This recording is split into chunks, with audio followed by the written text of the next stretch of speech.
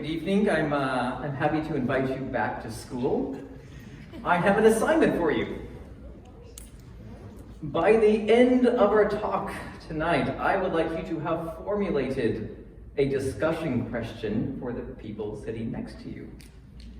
If you're wondering, well, when is the talk going to end? I'm going to commit that it will definitely end by 7:55. And by committing to that, I've even set an alarm. So if the alarm goes off, I guess I'm done talking. So at 7:55, then you're going to turn to the person next to you, and you are going to ask them your discussion question. Then you will have about 5 minutes to discuss, and at 8 o'clock, then we will be dismissed. Does anyone have any questions about what is expected of them? Excellent. Let's pray, and then we'll get started. Dear Father, thank you for today. Thank you for the time you've given to us to engage in community and to talk about community while engaging in community.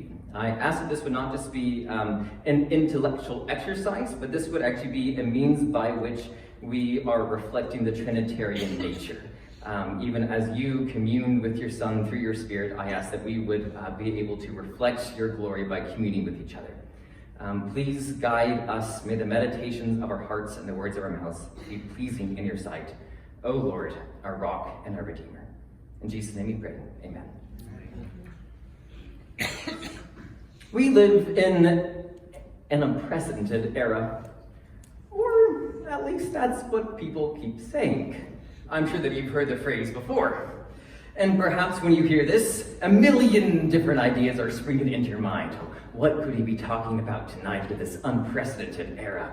Perhaps you think he's going to be talking about political positions, or parties, or platforms. Or perhaps he's going to be talking about anxiety, depression, or the loneliness epidemic. Perhaps we'll be talking about critical theory, or the university's inability to continue with conversations. Perhaps we'll be talking about AI. All these and many more ideas perhaps are springing into your head as you hear the term, an unprecedented era. But I'm actually less concerned with all of these political events or these current phenomena than I am with the phrase unprecedented era. See, what it suggests is this idea that I found in pretty much all demographics in our country, both in the secular communities and in the religious ones. I found it in conservatives as well as progressive circles. This idea that we're cut off from the rest of history, that we're independent from them, that our problems are so big and so qualitatively different than any that we faced before, that the past really doesn't have anything to offer us, that we're looking at something new, something that no one can really help us out with. We're cut off. We're in battle without any ability to call for backup. And if that's true, then I find that to be a very discouraging, demoralizing, and debilitating idea. For it suggests that in order to solve the problems that we have now, we need to come up with something new ourselves. After all, we think modern problems call for modern solutions. But you can't really solve modernism with modernism. And so this becomes just very disheartening as we swim in these waters. However, if it's possible that there's a community out there, if it's possible that at some other point in history, a culture has struggled with the same sort of problems with which we struggle, that would mean that that entire thesis is false, that we're not cut off, that in fact we share something very essential with all the people who come before us, and even better, that we don't have to reinvent the wheel. That perhaps wise men and women of the past have already addressed the sorts of issues that we face today. And if they have, then by looking at these men and women, we can embrace the principles which they espouse. And by applying them to our own time, we might have at least a way to begin responding. However, I haven't yet demonstrated that that is true. I've only said that if it is, then we might have a little bit more hope. Well, I certainly think it's true. I think there are many cultures that are very similar to ours, but there is one in particular that I would like to draw your attention to. 18th century France. Of course, I should have guessed it was going to be late 18th century France. Well, we all think about that all the time. It's like the Roman Empire. It's always in our heads. Right, but for those of us who don't regularly think about late 18th century France, please please allow me to just give a very brief description of this culture. It's a celebrity culture. Everyone's very interested in those who are popular. They can't get enough of what the celebrities are saying, what they're doing, what they're not doing. And the only thing that gets them more excited than finding out what celebrities are doing well is find out what they're doing poorly. They're always waiting for the latest bit of juicy gossip or salacious story that makes these people look terrible. Because at the same time that they love and worship their celebrities, they also despise them. At the same time, it's a culture that is not doing very well financially. They're in massive debt. So much so that there's really no reasonable hope that they could pay off their debt within their own generation. This isn't really helped by the fact that though the government has become increasingly more centralized in its power, it's become also decreasingly less competent in its political leaders and figures. Well, how do the French people respond to this? Not very well. And part of that is because there's already an intergenerational divide in late 18th century France. And as I describe this, I want you to be listening for, are there any similarities between our own era and theirs? And here's the intergenerational divide that they have. The older generation is committed to a certain view of reality. They would call it an empirical or an objective view. They believe that there is an objective reality, and that man's job is to find out what that objective reality is, and then work in correspondence with that using rational discourse. The younger generation in France believes, no, that's not what humanity is about. Humanity is about your feelings and expressing who you really are. But I don't want to paint with too broad of a brush here. It's not like all of the younger generation thinks that way. In fact, there's a very significant contingent of young men at the time who were just obsessed with the ancient Stoics. I think, what we really need is to be more like them. However, what they share in common is they say, what we have now will not work at all. And in fact, the only reason that we have these people in power who are ruining our country is because we have a corrupt system. And the only reason that we have a corrupt system is because we have been catering to the past. We've been allowing tradition to set the standards, not just for government, but for everything. We've been allowing tradition to set the standards for what counts as good, for what counts as true, for what counts as beautiful. And the only way to really restore justice is to redefine everything. To tear down the old order. That way we might be able to create a new one ourselves. And so, logically following from that, we cannot use civil discourse in order to affect our ends, they think. The only recourse we have to real change is force. Violence. Of course, if you're familiar at all with late 18th century France, you know that I'm describing the beginning of the French Revolution. Now, I don't say that because I'm a big doomsday guy. I don't say, oh my goodness, like the French Revolution is coming again. That's not what I'm saying. What I'm saying is this is actually really hopeful. Because I find in late 18th century France, a lot of the same problems that we have today. Which means that our times are not unprecedented, which means that if there are any people who made wise, prudent responses to the French Revolution, that we can imitate their responses, that we can kind of get ahead of this. Now, I'll say this later, but I want to emphasize right now that what we're engaging in is the act of prudence or practical wisdom. I'm not about to show you the gospel from people who are not Jesus Christ. I'm going to show you three thinkers that I think are very wise, very helpful, worth imitating in certain regards. But this is not the key to eternal life, so it's going to be very certain of that. But this is giving us an idea of how we might be able to respond to our own time. So, I would like to introduce you to three different thinkers, all of whom responded to the French Revolution. First, meet Edmund Burke. Burke is an English parliamentarian, and he is actually the first one to respond formally at length to the French Revolution, writing this book, The Reflections on the Revolution in France. Second, I would like you to meet Jane Austen. Austen is an English novelist, and we usually don't read her in context, so we usually don't think about her being involved with the French Revolution, but she actually grows up with the French Revolution going on just across the channel, while a lot of people in England are wondering, is this good? Like, should we get in on this? And it's very clear in all of her works that she is presenting a vision that is just qualitatively different than the one that the French are presenting. She's giving, no, don't do that. Here's something better that we can be doing instead. Third, coming a little bit later, Alexis de Tocqueville.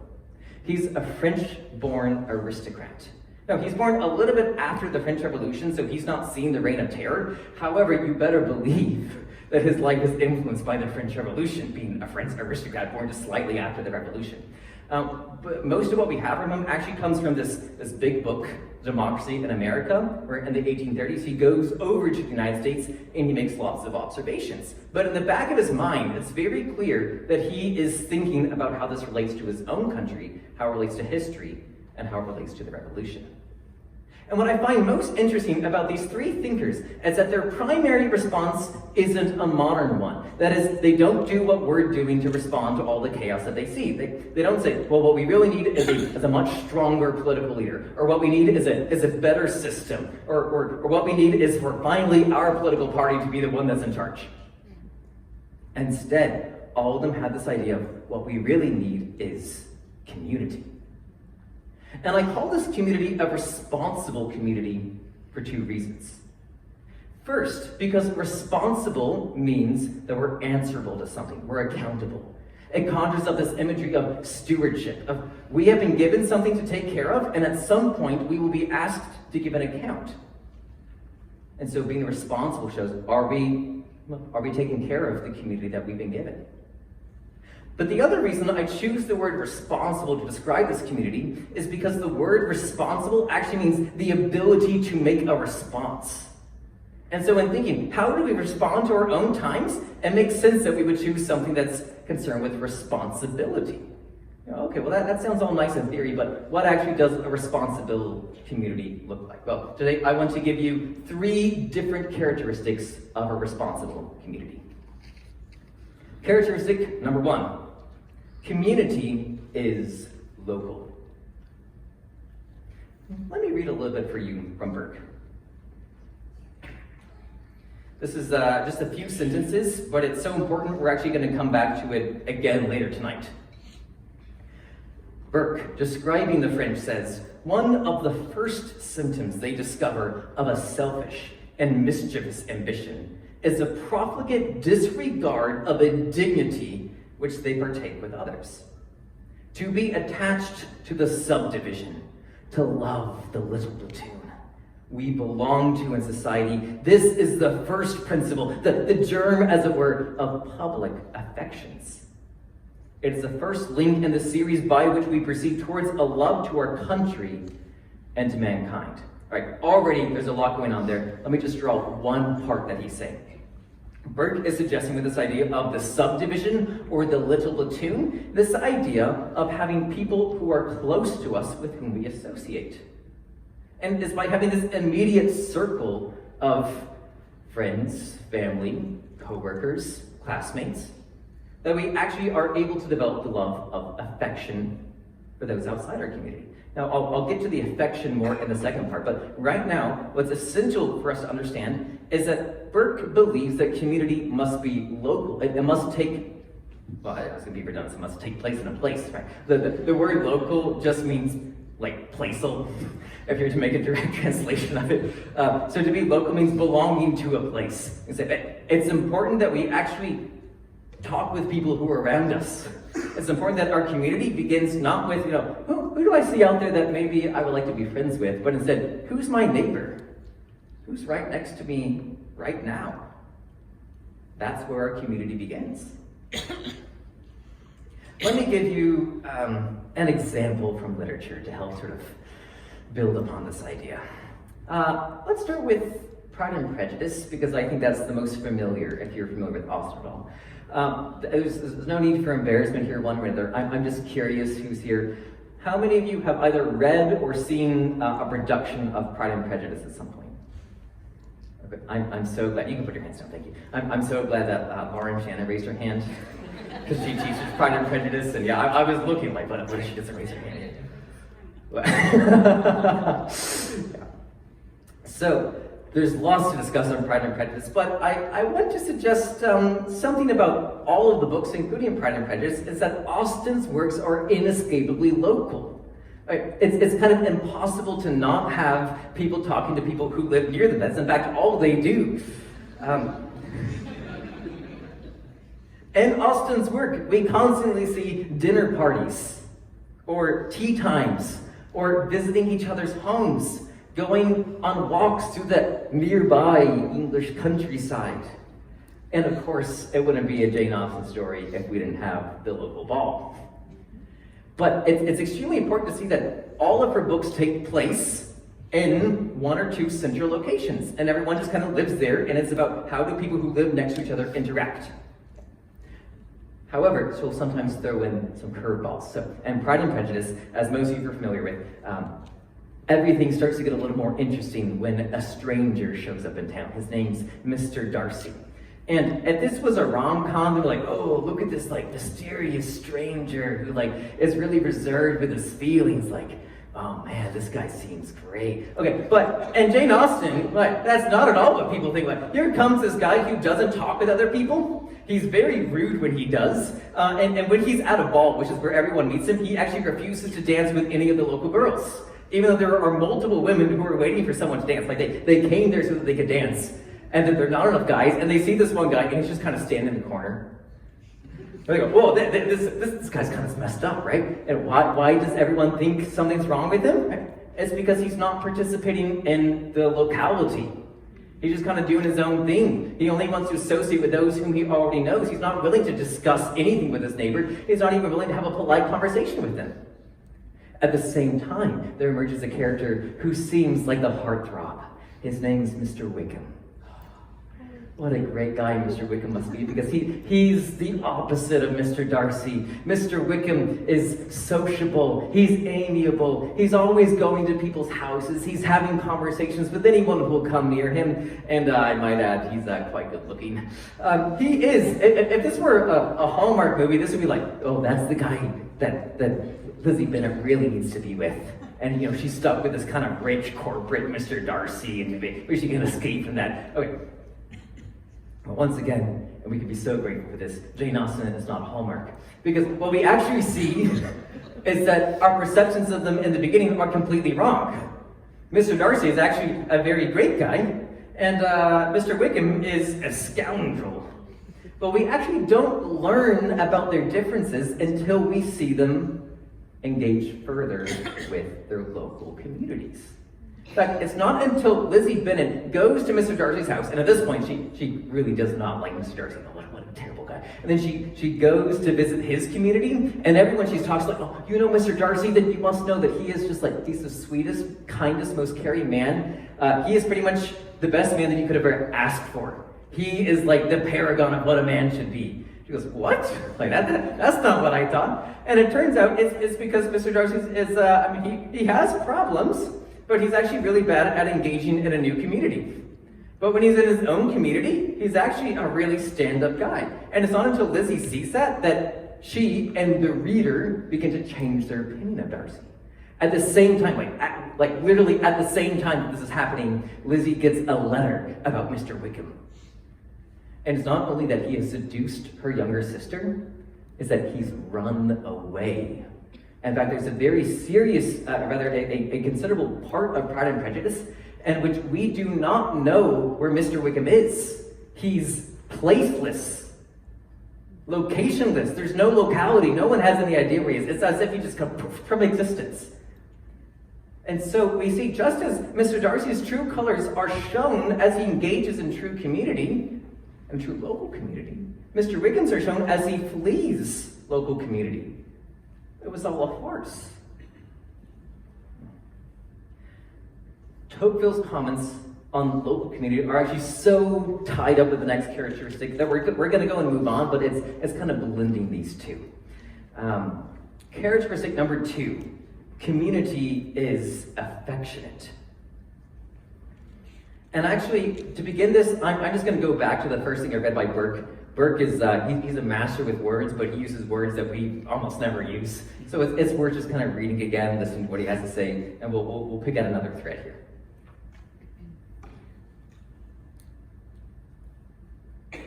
All right, this is just the same part I read before. Burke says, one of the first symptoms the French discovered of a selfish and mischievous ambition is a profligate disregard of a dignity which they partake with others. That is, one of the first symptoms that things are going wrong, that people are acting selfishly, is that they disregard the inherent dignity in the people closest to them. To be attached to the self-division, to love the little platoon we belong to in society, is the first principle of public affections. And so what he's getting at here is not merely, well, really what you should do is you should engage with people who are near you, but he's getting at something bigger. When you engage with the people who are near you, you actually begin to love your entire country more. And here's part of why. I think, why does it really matter that we be local, especially today? Like, I get being local on Jane Austen's day, because, you know, where else are you going to go? Right? But today, like, we can travel anywhere we want, and we can talk to whomever we want. Like, we have computers, we have smartphones, we have a million apps that are designed to get us connected with anyone who has the same preferences for life that we do. Do we really need this sort of local community? And here's Burke's answer. I mean, he's not directly answering the smartphone question, but here's his principle. By loving the people around us, we actually learn to develop empathy. Because the people around us are not exactly like us.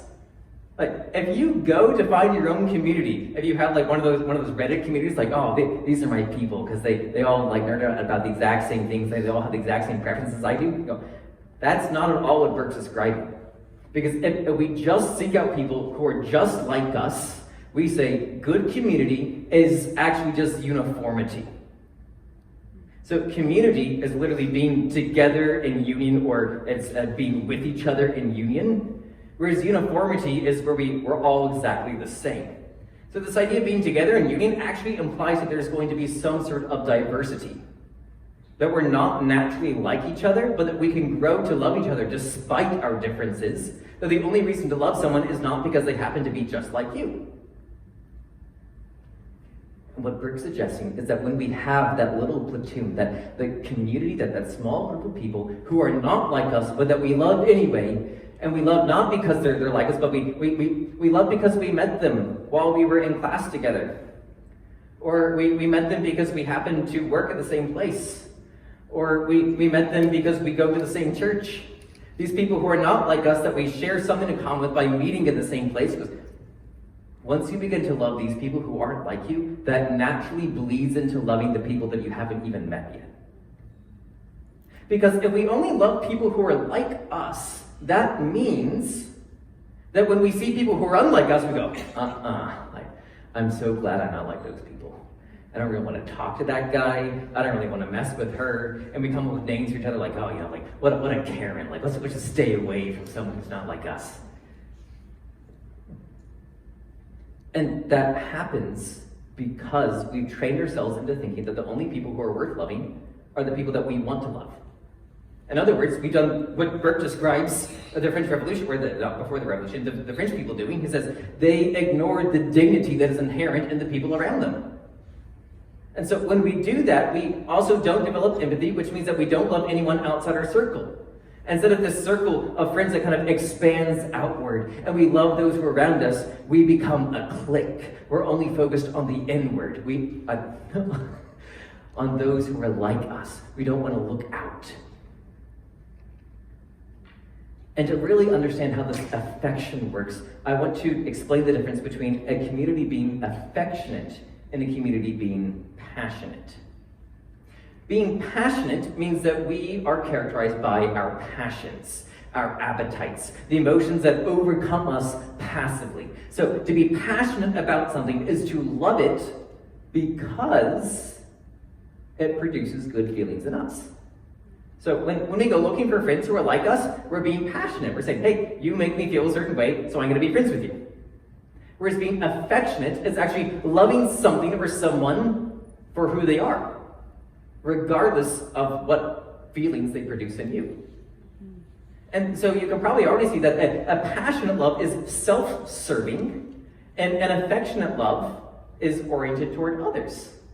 I have no doubt that all the parents here know exactly what it is to have an affectionate love. That you love not because of what your kids are doing, right? They don't have to earn your love. You just love them because they are.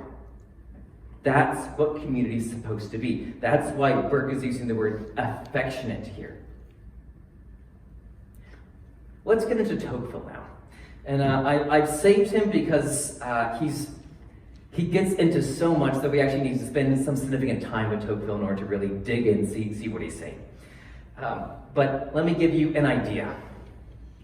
Tocqueville believes that something is unique to democratic societies. And he's going to say democratic a lot. When he says democratic century or democratic country, he doesn't mean one that's ruled by a pure democracy in which everyone votes and laws. He just means a culture that is characterized by a love for equality.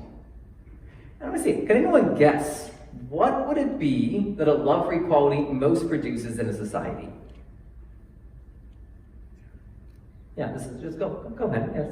I mean, you'll probably have great guesses. I'm going to see if you can guess what Tocqueville says it is. How would a society develop if it loves equality? Poverty. If they love equality? Yes. Poverty. Oh, yeah. Maybe they'll love poverty. He actually does say, we're not going to get to tonight, but I love that he brings it up. Because he says there are two ways to make people equal. Either you raise some up to your station, or you make all people as low as possible. If you have nothing, then you're all equal. Yeah, that's definitely one of them. Any other characteristics you think that Tocqueville might identify from a democracy? Justice. Ooh, interesting, yeah. Justice. We want this idea of people are treated fairly. That's certainly the first version of equality here. But again, he would say it's not necessary for equality. You can have equality within justice as long as everyone's treated justly. I mean, that's like literally what he says here. Here's something that I don't think any of us would ever guess, but it's kind of brilliant that Tocqueville points it out. He says what we're most prone to is individualism, which actually at the time is a very new word. Very few people are using it. John Stuart Mill invented it, and then Tocqueville's kind of reading it and goes, oh, that's a good word. I'm going to use it here. And he actually kind of gives it the meaning that we tend to associate with it today. So let me just begin to read some Tocqueville for you. All right, he says, individualism is a reflective and peaceable sentiment that disposes each citizen to isolate himself from the mass of those like him and to withdraw to one side with his family and his friends, so that after having thus created a little society for his own use, he willingly abandoned society at large to itself. Now, here we see something very similar to what Burke was suggesting, that we need this little contingent of people who are not all like us that we love. But Burke says that should develop our love for those around us. That should develop our love for the people that we haven't met yet. That is, if our love is affectionate. But Tocqueville's suggesting if our love is not affectionate, if it's passionate, if it's based on our satisfaction, then what happens when we have our own little communities is we go, these are all the people I need. I don't want anyone else. I don't want to know anyone else. It's just me and my kind, and everyone else can stay away. Which is to say, this passionate localism, rather than affectionate localism, breeds apathy for society at large. Tocqueville will keep going. He says, let me make sure I get this, yeah.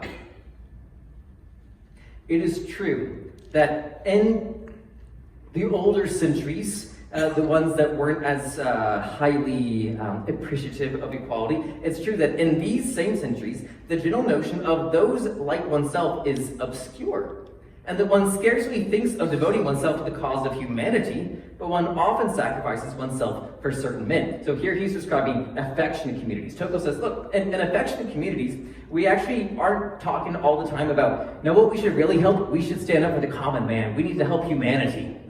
Well, what they really care about is the people who are around them. Know who we should really help? Chase, Which really helped, like that Miss Ronald, or Mr. Johnson, or Mr. Houston. Hey, these are the people that we ought to help, people that I know, people that I've met. But in democratic centuries, on the contrary, when the duties of each individual toward the species are much clearer, devotion toward one man becomes rare. The bond of human affections is extended and loosened, he says. So, when we begin to engage in this individualism, when we want to kind of almost incurve on ourselves, then what tends to happen is we do have this general, generic affection for humanity, but we don't actually like people themselves. I'm just going to give a quick example. This is not from any of the thinkers for tonight, but just in case anyone's looking for another literary example here. In Dostoevsky's The Brothers Karamazov, there's this one scene where someone comes and he's confessing to this monk, and he says, hey, I noticed that the more I love humanity, the less I like people. But the more I like people, the less I think of humanity. And so it's this interesting idea that both Dostoevsky and Tocqueville get in it here, that we can either think about man in the abstract, or we can think about him in the concrete. We either love this idea of like, oh, wouldn't it be great if everyone got along and let's really help humanity. And then when it comes to helping the person next to us, we go, well, not you. Or we go like, okay, I'm not really about this big, let's help humanity, but know who I really care about? Like the people that I know. And if I meet anyone, if anyone's my neighbor, then I want to help him out.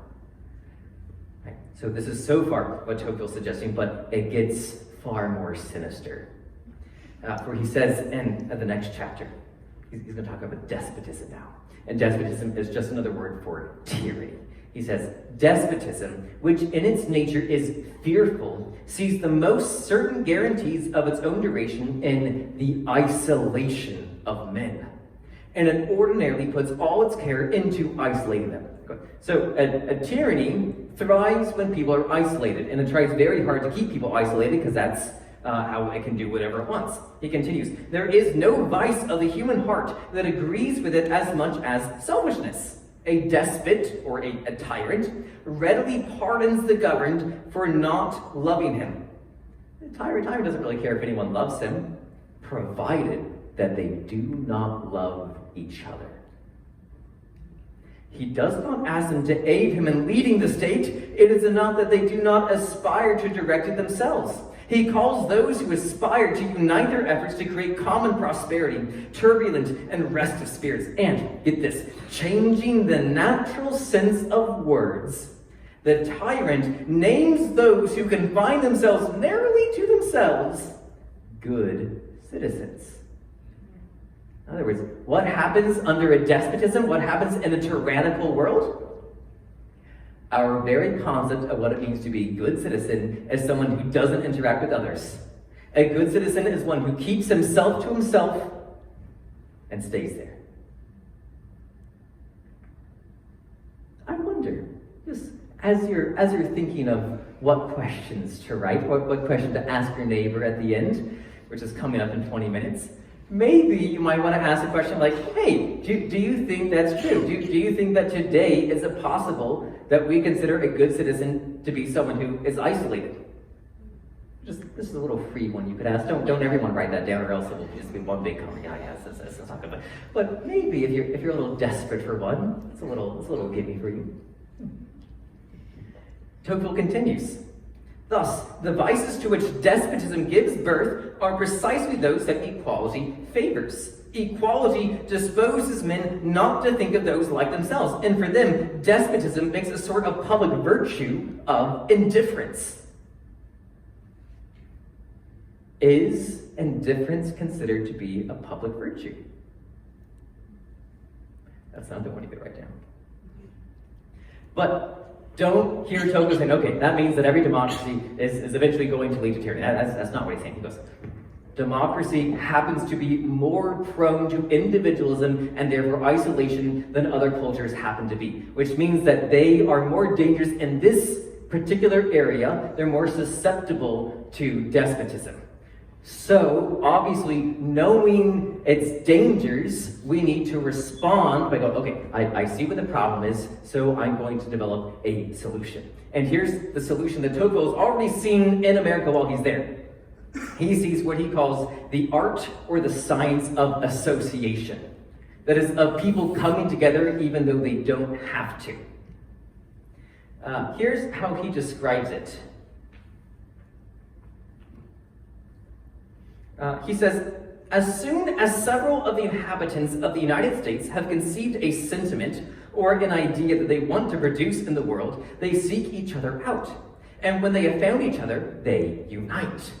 From then on, they are no longer isolated men, but a power one sees from afar, whose actions serve as an example, a power that speaks and to which one listens.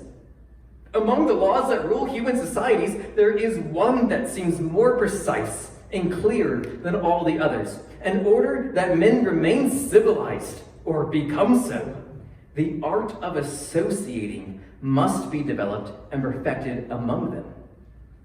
And so Tocqueville says, hey, what I see going on in the United States is that they actually, even though they don't really have to, they still freely choose to meet together. He actually tells us this great story. It's too long, so I won't read it for you. But it's this great story of he sees all these people meeting together to not drink alcohol.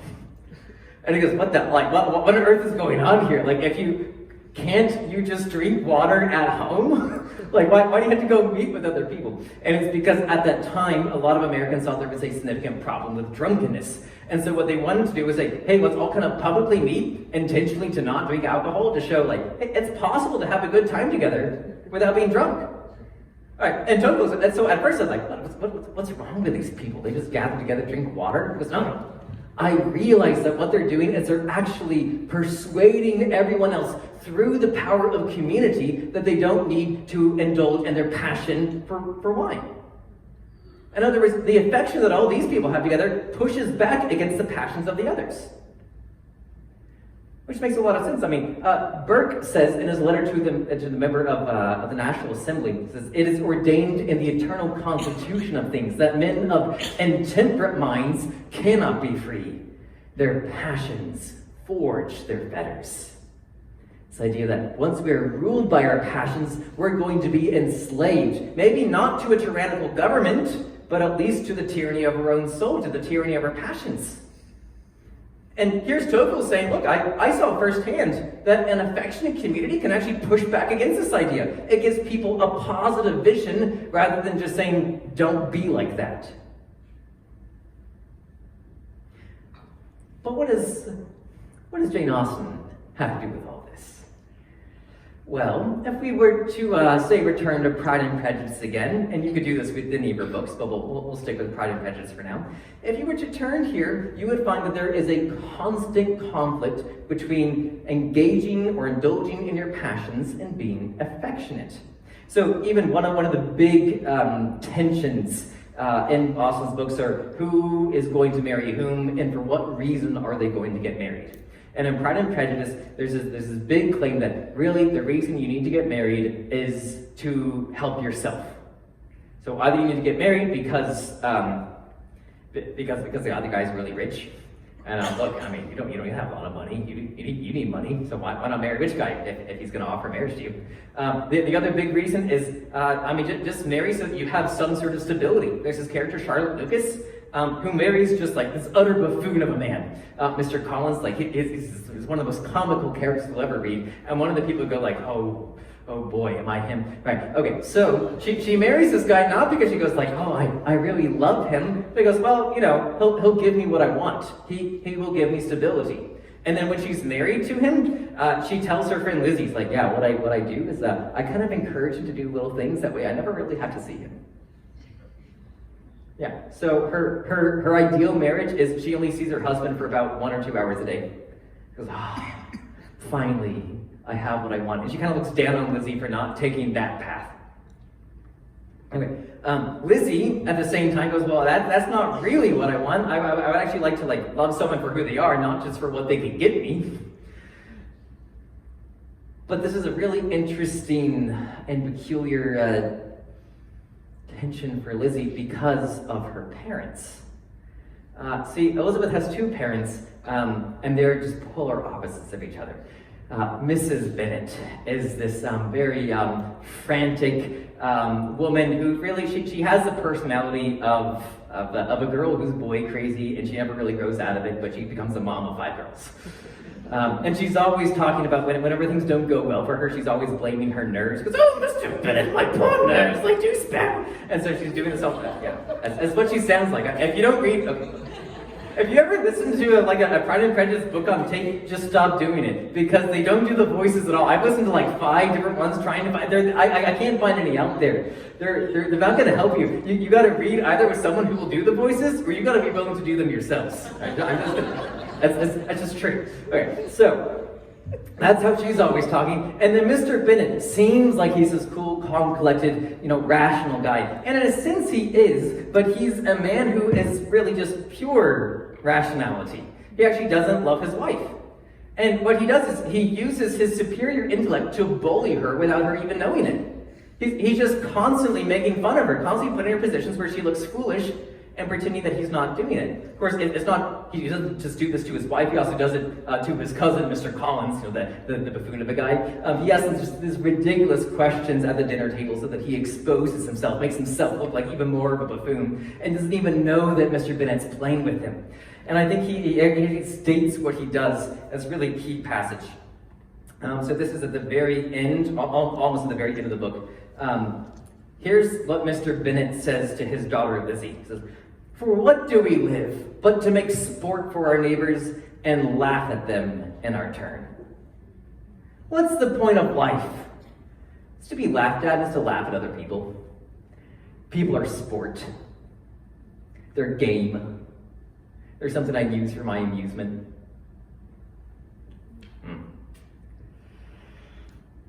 And so it's really interesting that this is what's suggested, and I think the first times we read this, we go, Mr. Bennet is like, he's much better than Mrs. Bennet. He seems nice. And go, well, no, he's really not any better. He just hides that he indulges in passionate relationships rather than affectionate ones. He doesn't actually care about people. He just uses them. That's not what community is. Characteristic number 3, community is hierarchical. Let me show you what Tocqueville says, and he's not going to be describing a democratic community, he's describing an aristocratic one, which doesn't mean that we can't imitate some of his practices. It just means it's more natural for some communities than others. Here is what he says. In aristocratic peoples, families remain in the same state for centuries, and often in the same place. That renders all generations, so to speak, contemporaries. A man almost always knows his ancestors and respects them.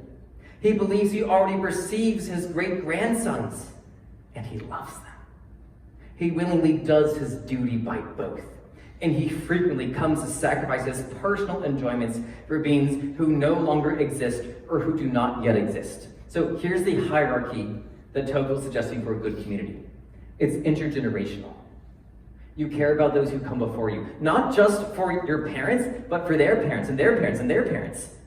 And when you begin to think of the people who come before you, you also begin to think of the people who come after you. Not just your children, but you begin to think of your grandchildren, and your great-grandchildren, and your great-great-grandchildren. So much so that Tocqueville says you actually begin to love them, though you have not yet met them. Look, this is impossible in a passionate community. It can only happen if we first had that little platoon by which we learn to love people that we have not met by loving people unlike us. And so we love to love those who come before, and we love those who come after us. However, he says, it's more difficult for us. In democratic centuries, on the contrary, when the duties... I already got that part. Here, let's go... Yeah, just a little bit further. In democratic peoples, new families constantly issue from nothing. Others constantly fall into nothing. And all those who stay change face. The fabric of time is torn at every moment, and the trace of generations is effaced. You easily forget those who have preceded you, and you have no idea of those who will follow you. Only those nearest have interest. So what he's suggesting is that when we begin to accept this idea of isolation, we will also isolate ourselves chronologically from those who come before us and those who come after. It's not just a horizontal isolation, it's saying, you guys stay away from me, it's just me. It's saying vertically, my father's grandfathers, great-grandfathers, and so on. My sons, grandsons, and great-grandsons, and so on. I don't really care about them. All that matters right now is me. And it's shocking to me that Tocqueville writes this in the 1830s. It just seems so prevalent today. And so the idea is that we want to develop something that people used to call the noblesse oblige. The noblesse oblige is a French term that means the obligation of nobility. Again, you don't have to think about this. In fact, I encourage you not to think about this in the terms of a stratified society with like official nobles. Instead, think of it like this. To those to whom much has been given, much will be required. If you've been given much, you ought to give much. Those who have more ought to help those who have less. And what Tocqueville's suggesting is that's much, much, much easier to do in an affectional community than it is in a passionate one. And I'd like to give you, well, first, let's turn to Burke. Let's see what he has to say. He has yet another biting remark that points us out. He says to France, you began ill, because you began by despising everything that belonged to you. You set up your trade without a capital. As the last generations of your country appear without much luster in your eyes, you might have passed them by. Okay, so at least if the most recent generation doesn't really impress you, you can keep looking back even further in history. And if you'd done so, you would have derived your claims from a more early race of ancestors. Under a pious predilection for those ancestors, your imaginations would have realized in them a standard of virtue and wisdom beyond the vulgar practice of the day. And you would have risen with example to those whose imitation you aspired. And here's where it gets really good. Respecting your forefathers, you would have been taught to respect yourselves. And Burke here is saying something which is quite profound. He goes, when we don't love those who come before us, we actually don't learn to care as much about our own time. And notice that first part of being a responsible community, of taking care of it, of exercising stewardship, begins to dissipate as our love for our ancestors evaporates. We go, well, what's the point in taking care of it? I don't care who gave it to me. But when we love those who have given it to us, then we begin to love what we have now. This idea of taking care of what you've been given, or using the abilities that are in your power, is very well expressed in the book of Emma. So Emma is not nearly as well known as Pride and Prejudice. If you get anything from this lecture, maybe go get a copy of Emma and read it out loud dramatically. Right. The book of Emma is about this woman who she's a young woman, about 20, who's been given pretty much everything anyone could ever want to be given. She lives in a small town. Everyone she knows really likes her. Like, generally, they just like her. She's incredibly beautiful. She's incredibly intelligent. She is incredibly sociable. She's very good at hosting. She's good at pretty much everything. And what does she do when she's been given everything? Well, she's actually very similar to Mr. Bennet. She uses people as sport. No, she doesn't describe it as sport. She just likes, kind of arranging marriages without people knowing. Oh yeah, you should talk to this person. Yeah, go like, that was me. I made that marriage happen. Yeah. And when she moves on from that, she goes, know what I really want to do? I want to find someone who's like me, but just less gifted. She's not quite as beautiful. She's not as intelligent. She's not as highborn. She's not as likable. But she's like a shadow of me. And what I want to do is I want to train her to be like me. Wouldn't that be great? And then when she does, she kind of trains her in the wrong direction, and this woman starts stealing all the things that she likes on accident. She goes, oh, that wasn't right. And it actually it comes to a pivotal moment when she talks to a woman who is nothing like her. Her name's Miss Bates. Miss Bates really has nothing. She's just been dealt a very bad hand in life. She's not extremely beautiful. She's very plain looking. She's not extremely intelligent. She's not extremely likable. She is very sweet. She's a very kind woman, but she's not really the person you would seek out to go have a conversation with. And that's because she says about 5 times as much as anyone should ever say. I mean, if you read Emma, there's going to be 2 pages. I'm not even joking. It's 2 pages. Oh my God, this is all Miss Bates talking, and it's kind of stream of consciousness. But there's this one point where Emma talks to Miss Bates and she insults her for talking too much. And then comes this awesome character, one of the best role models you'll ever find if you're a guy. His name's Mr. Knightley. And here is what he says. Well, first, he's telling Emma, you shouldn't do that. Oh, cried Emma, I know there is not a better creature in the world, but you must allow that what is good and what is ridiculous are most unfortunately blended in her. They are blended, said he, I acknowledge, and were she prosperous, I could allow much for the occasional prevalence of the ridiculous over the good. Were she a woman of fortune, I would leave every harmless absurdity to take its chance. I would not quarrel with you for any liberties of manner. Were she your equal in situation, but Emma, consider how far this is from being the case. She is poor. She is sunk from the comfort she was born to, and if she lived to old age, must probably sink more. Her situation should secure your compassion.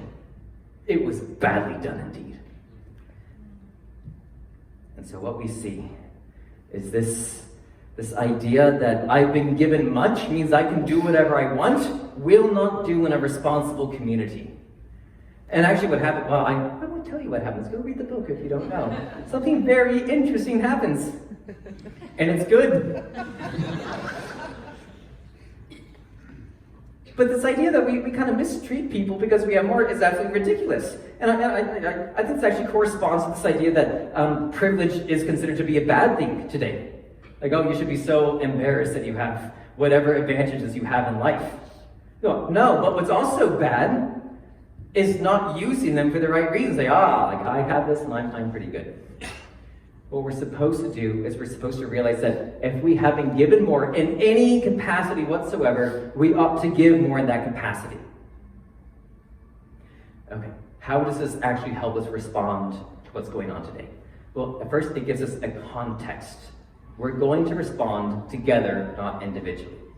But second, it shows us a particular way that we can push back against evil. Alexander Solzhenitsyn once says that the simple act of an ordinary brave man is not to participate in lies, not to support false actions. His rule, let that come into the world. Let it even reign supreme, only not through me. One word of truth shall outweigh the whole world. How do we stand against the evil of our day? We begin to not give in to lies, and we embrace the idea of a responsible community.